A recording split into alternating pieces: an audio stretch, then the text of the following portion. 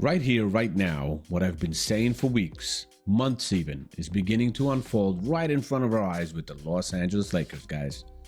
This team that looked energized, flowing, and fun, they had fun playing when LeBron was out, suddenly looks disrupted, stuck, and stagnant now that LeBron is back. And there's one player in particular who has taken the biggest hit of them all, Austin Reaves. Now, you heard me in previous videos. I literally made a video. I said someone's production would suffer when LeBron returned. And it happened exactly the way I predicted because Reeves' game isn't meant to be third option after Luka and LeBron. We saw what he did with the Lakers when LeBron was out. He exploded. Offensively, he exploded and looked like a third star in his own right. Now that LeBron is back with Luka, Reeves' entire rhythm has been thrown off. Today we're going to break down the real reason Reeves is struggling, how LeBron's return negatively impacted team chemistry, and why this might cost the Lakers keeping Reeves long term, and why this was absolutely predictable based on the Lakers' recent patterns. Now, this isn't just a theory anymore, it's happening, okay? Reeves averaged 28.3 points a game, 8.2 assists and 5.1 rebounds, 1.4 steals before LeBron's return. Since LeBron came back, Reeves is struggling, shooting 34.1% on 15 of 44 shooting, 14 points per game over the last 3 games.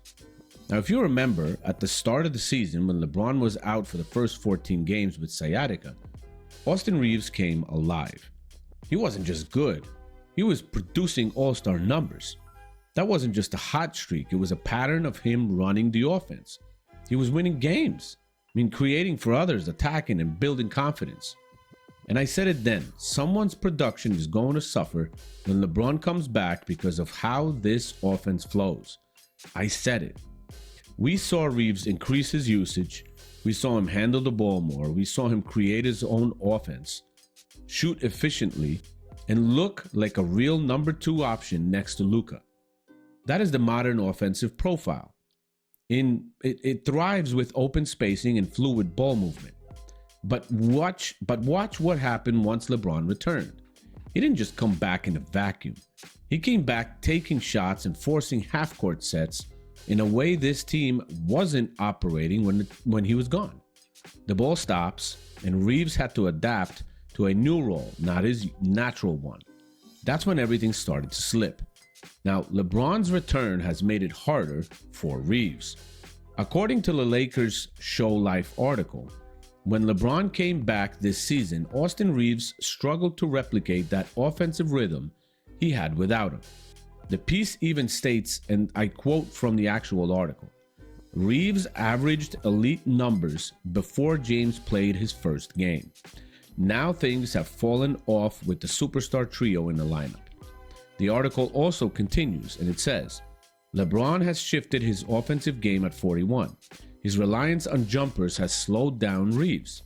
AR is used to LeBron getting into the paint and kicking out to him. The shift has made the ball stickier and has Reeves searching for offense. That's a clear tactical shift. Reeves used to benefit from paint penetration and kickouts. When LeBron is driving hard, collapsing the defense, that's where Reeves thrives. But now, LeBron isn't doing that consistently. He's relying more on his jumper, pulling the ball out of the paint, and that changes the entire offense. And that's exactly why Reeves is no longer getting the shots that made him effective. Now, why this is bad for the team chemistry? Let's be real.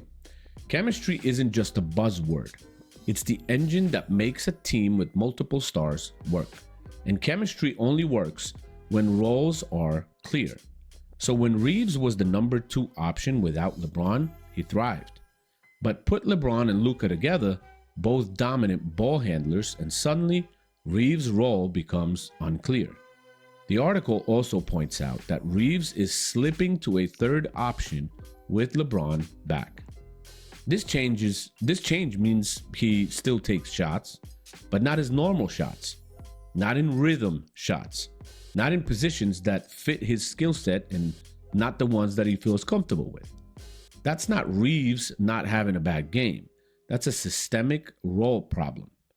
And as Reeves searches for rhythm, the team loses offensive cohesion. It shows up in shooting percentages and in the lack of clarity in offensive sets.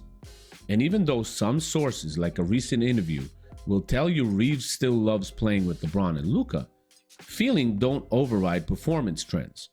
Players can love teammates and still perform worse with them on the floor. What the numbers say since LeBron returned. Let's look at the hard evidence. Before LeBron, Reeves looked like a star, Reeves was putting up all-star level numbers, and the offense wasn't stagnant. They played free and they played fun and they had fun. The team had fun. After LeBron came back, Reeves shot around 34%, which is inefficient. His scoring plummeted. The offense became more LeBron-Luka dominated and stagnant, and Reeves is searching for offense, not coming off his natural actions. So numbers don't lie. And not only has Reeves struggled, but even the Lakers' net rating with Reeves and LeBron together has been negative, meaning when they share the court, it hurts the team more than it helps. But if you look at individual games, LeBron usually has a larger minus whatever for the game than Reeves does. That's a massive red flag, especially when Reeves was thriving without him. Now let's talk about Reeves' contract situation. This is where things get real. Austin Reaves is on a 4-year deal, but the final year, next season, is his option. As reported earlier, he declined an $89 million max extension this offseason and is set up to become an unrestricted free agent once that option expires next year. Meaning, not so much only when it expires. He can decline that option, so he can become a free agent after this season. Meaning Reeves can leave, he can test the market, he can sign a much bigger deal elsewhere, and if he sees his role diminish with LeBron taking control of the offense, he may not re-sign in LA. Now this is huge for the Lakers. Reeves betting on himself made total sense when he was getting elite role opportunities, scoring like a top option, and looking like a young breakout star. But now with his role muddled and his shot distribution lower, why wouldn't he look for a new situation where he can keep producing at a high level? That's going to get him more money. That's not just a threat, it's a real possibility. Now why this was predictable based on the style. Back when LeBron was out, we saw that a playmaker-heavy offense with Reeves and Luka could work. We even saw in the Lakers Show Life article that Reeves thrived as the number 2 scoring, creating, and operating, and the Lakers can't compete with the best teams without an elite Austin Reaves. That's what it looks like right now. They're 1-3, I believe, against above 500 teams with LeBron. But stacking 3 high-usage players, LeBron, Luka, and Reeves, without a clear system has always been known as a chemistry challenge. It's not that Reeves can't play with stars. He can. It's that the type of offense LeBron wants at 41 doesn't facilitate Reeves' best opportunities. Now, LeBron's reliance on jumpers and on late shot creation changes everything. This is not a surprise. This is a predictable consequence of overlapping usage rates and unclear roles. You can have multiple stars, but if everyone demands touches in isolation moments, you lose rhythm. And that's exactly what's happening with the Lakers. Now, LeBron's return has changed the offense. Back when LeBron was out, Reeves thrived off secondary pick and rolls, defensive collapses, spot-up threes, run and jump passes, secondary playmaking. He created shots for himself. Now the offense looks more static, with sequences that wait for LeBron or Luka to create first, which means Reeves is relegated to spot duty, like literally, and far fewer catch and shoot on rhythm plays. That's not Reeves' strength. When he was the second option, the offense flowed through him and everything worked. Now the offense flows through older isolation tendencies, which evenly distribute shots and often disrupt ball movement. That's not good for chemistry. It's not good for role players either. And it's definitely not good for someone like Reeves. Now, long-term implications for the Lakers franchise. Here's the biggest issue. If the Lakers don't find balance with LeBron, Luka, and Reeves on the floor, they could lose the best young asset that they have. Reeves isn't some defensive liability, but he isn't a great defender either.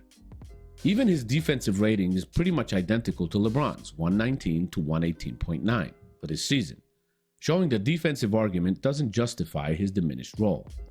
Reeves can score, he can create, he can impact winning basketball.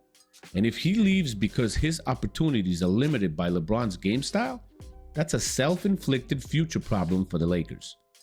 This season's struggles against above 500 teams, a pattern that has continued since LeBron's return, already suggests they aren't where they need to be to beat elite opponents with LeBron controlling the offense. You've got to maximize efficient options, not muddled ones. So this was a foreseeable and it's now playing. This was foreseeable and it's now playing out. This isn't some random slump. This is the predictable outcome of overlapping usage between LeBron and Luka, unclear role for Reeves, a change in offensive flow, and minimal adaptation by the coaching staff to properly integrate everyone. The result? Reeves' production has slipped. His shot selection is off, his rhythm is disrupted, and his value is being hurt right when he becomes a free agent. This could cost the Lakers their young star, a player who was once thriving and is now struggling to find his game next to LeBron. Of course, that might change, but I don't see it. Now, make no mistake, this was predictable. You heard it before it even happened, and now we're watching it unfold in real time. So, the Lakers must find a solution or they could lose Austin Reaves for good. And that would be a massive loss. So, comment section is open. Let me know what you guys think. And pretty much see you in the next one. Bye.